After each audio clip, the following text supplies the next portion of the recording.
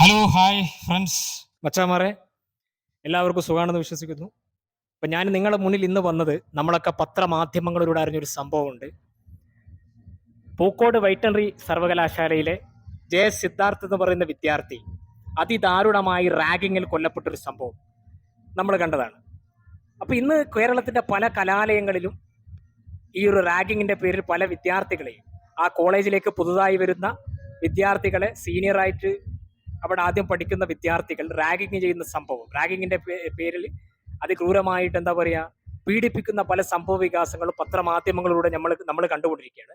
അപ്പൊ ഇതിനെതിരെ ശക്തമായ പ്രതികരണം ഇവിടെ ഉയരേണ്ടതുണ്ട്. കാരണം ഇപ്പൊ ജെ സിദ്ധാർത്ഥ് എന്ന് പറയുന്ന പൂക്കോട് വെറ്ററിനറി സർവകലാശാലയിൽ റാഗിങ്ങിന്റെ പേരിൽ കൊല്ലപ്പെട്ട ആ വിദ്യാർത്ഥി, റാഗിങ്ങിന്റെ പേരിൽ ആ കുട്ടി ആത്മഹത്യ ചെയ്തു എന്നാണ് പറയുന്നത്. പക്ഷെ ആത്മഹത്യയല്ല, കൊല്ലപ്പെട്ടതാണെന്ന് പറയും, ആ കുട്ടിയെ കൊന്നതാണെന്ന് പറയും. അതിക്രൂരമായിട്ടാണ് കേരളത്തിലെ ഭരണ കേരളത്തിന്റെ ഭരണം കൈയാളുന്ന ഒരു പ്രസ്ഥാനത്തിന്റെ വിദ്യാർത്ഥി സംഘടനയുടെ നേതൃത്വത്തിലാണ് ആ ക്രൂരത അരങ്ങേറിയത്. ഞെട്ടിക്കുന്ന ഒരു സംഭവമാണ്.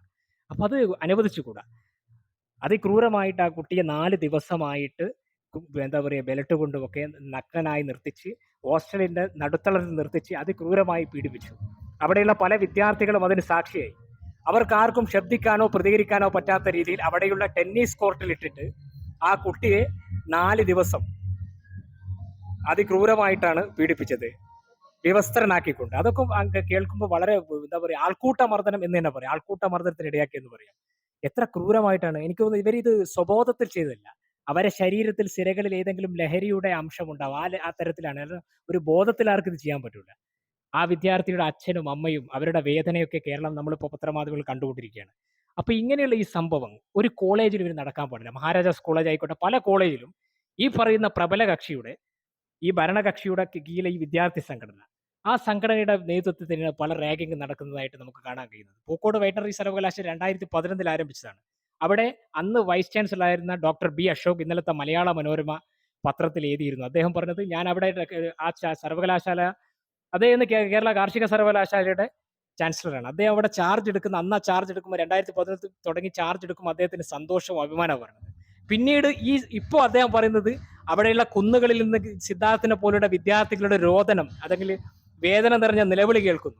ഇപ്പോൾ എനിക്കത് പറയാൻ അഭിമാനമല്ല, എനിക്കിപ്പോൾ അത് കേൾക്കുമ്പോൾ രോഷമാണ് ആ കോളേജിനോടും അവിടെയുള്ള ഭരണാധികാരികളോടും തോന്നുന്നതെന്ന് ഇന്നലത്തെ പത്രത്തിൽ അദ്ദേഹം മനോരമയിൽ എഴുതിയിട്ടുണ്ട്. അപ്പോൾ ഇങ്ങനെയുള്ള റാഗിങ്ങിനെതിരെ ശക്തമായ നടപടി സ്വീകരിച്ചേ പറ്റൂ. ആ കുട്ടിയുടെ, ആ വിദ്യാർത്ഥിയെ റാഗിങ് ചെയ്ത ഈ പറയുന്ന പ്രസ്ഥാനത്തിൽ, വിദ്യാർത്ഥി സംഘടനയിലെയും അതിനെ അനുകൂലിക്കുകയും ചെയ്യുന്ന വിദ്യാർത്ഥികളെ പോലീസ് അറസ്റ്റ് ചെയ്തിട്ടുണ്ട്. അപ്പോ ഇനിയും കുറച്ച് പ്രതികളെ കിട്ടാനുണ്ട്. അവർക്കെതിരെ അതിശക്തമായ നടപടി സ്വീകരിച്ചേ പറ്റൂ. ഇനി ഒരു വിദ്യാർത്ഥിക്കും കേരളത്തിലെ കലാലയങ്ങളിൽ റാഗിങ്ങിന്റെ പേരിൽ ഇങ്ങനെയുള്ള പീഡനങ്ങൾ അനുഭവിക്കാൻ പാടില്ല.